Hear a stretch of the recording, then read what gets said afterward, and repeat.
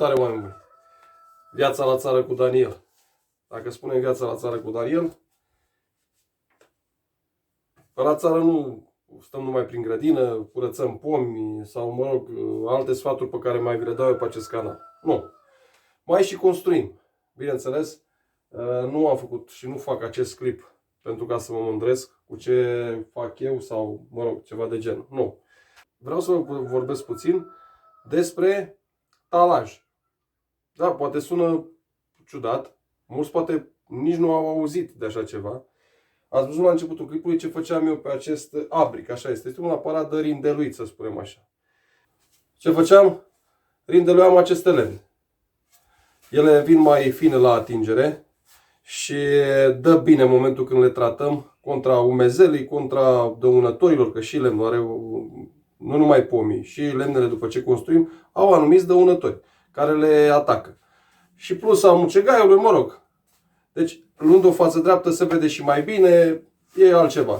În urma acestui procedeu de rindeluire, rezultă un talaj. Haideți să vă și arăt. Oameni buni, la ce-i bun talajul? Că despre el era vorba și chiar am fost uimit astăzi de întrebarea unui vecin. Și băi, ce-mi dai mie talajul ăsta? Și ți-l dau cu cea mare plăcere. Dar ce zic, ce Dumnezeu faci cu el? Că așa suntem noi, mai furioși de fel. Păi ce-l bag așteptăm la porci. Băi, zic, cum poți să faci așa ceva? De ce mă cere? Zice că stă porcul bine acolo, nu mai e frig noaptea. Bă, zic, fii atent. La porc, așternut, îi pui paie. Nu-i pune în fân, că dacă știți sau ați întâmpinat această probleme, de la fân, porcul face jeg. Praful acela de la fân intră în piele și deja avem o problemă. Zic, pune-i paie. Nici de cum talaj. Păi de ce mă ceare? Că zice, e uscat, e ok, zice, nu. Din această cauză am să fac acest clip, să explic și altor oameni să nu facă aceeași prostie, aceeași greșeală. Și eu am făcut-o în trecut, din acest motiv fac și acest clip, pentru că pot să spun că eu am îmbolnăvit vreo 30 de porci, așa. Credeți-mă, tremurau, am chemat doctor, au murit vreo 7-8, dar până la urmă i-am salvat restul, cu mult tratament. Ce se întâmplă? Unde țineam eu, am făcut condens. Și sunt convins că orice om care are acasă unde ține porcul, mă rog, are cald. Ca să iarna să nu sufere de frig. Și acel condens face ca talajul să se umezească. Știți cum e animalul, își mai face și nevoile pe acolo pe unde doarme. Deci există o problemă. Talajul va ține umezeală, el va dormi în umezeală și spre bine porcul este foarte sensibil la umezeală și la curent. Și băi, liniștește-te. Du-te și frumos și ia-ți un balon de paie și bagă de la n-are rost să-ți dau ta numă, că nu vrei tu să-mi dai. Bă, dacă vrei îți dau. Dar nu face această prostie.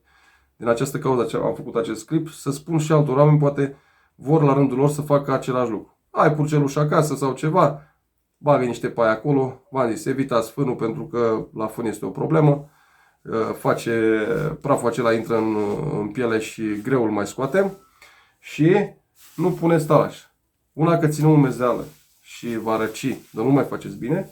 Doi, odată cu rindeluitul o să rezulte și un praf, praful acesta de lemn, care, știți, animalul bagă nasul pe acolo să joacă, e animal. Trage acel praf pe nas, pe rât, cum îi spunem noi, și credeți-mă, o să înceapă să tușească.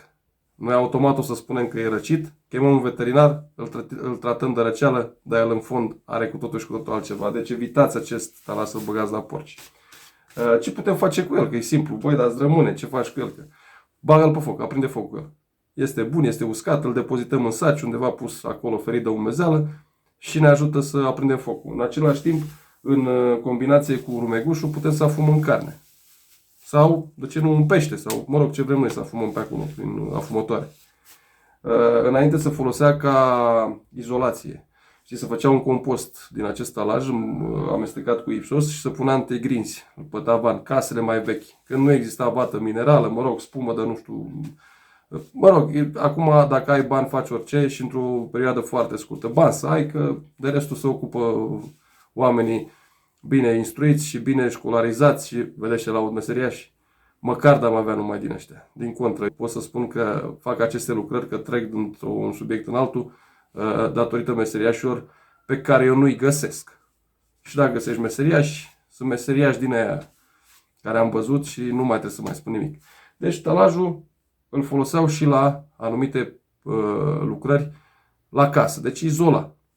Mesteca bine cu ipsul, să-l punea acolo și ținea căldură. Era mult mai bine. Știți prea bine că casele înainte se făceau mai mult din grindă, din lemn și mai erau cele mai vechi din pământ, amestecat cu paie, chiar și cu talaj și băgau așa între lați. Și erau casele acelea călduroase. Țineți minte, imposibil, că nu cred că bunicilor noștri aveau, cum sunt acum, case din cărămidă eficientă sau nu știu ce bolțari. O făceau din lemn și cu pământ și vă spun că erau foarte călduroase și parcă era și altfel aerul în interior. Dar în sfârșit timpul a evoluat și ne adaptăm timpurile noi. Păcat că noi mergem spre rău, nu spre bine. Deci, cam asta e despre talaj. Ai talaj sau ai posibilitatea să găsești așa ceva, evită să-l pui la purceluș dacă ai acasă. Dacă ai vreun cățel sau, mă rog, vreo pisică, poți să-i pui liniștit că nu se întâmplă absolut nimic, va dormi și va sfărăi în acest talaj, pentru că îi va ține cald. La ce v-am spus înainte, la purceluș, și îi va face foarte mult rău. Foc, afumăm și, mă rog, alte întrebuințări pe care le putem găsi la acest rezultat în urma rindeluirii lemnelor. Oameni buni, ce să mai, toate cele bune și aveți grijă de dumneavoastră. Este cel mai bun sfat. Talaj.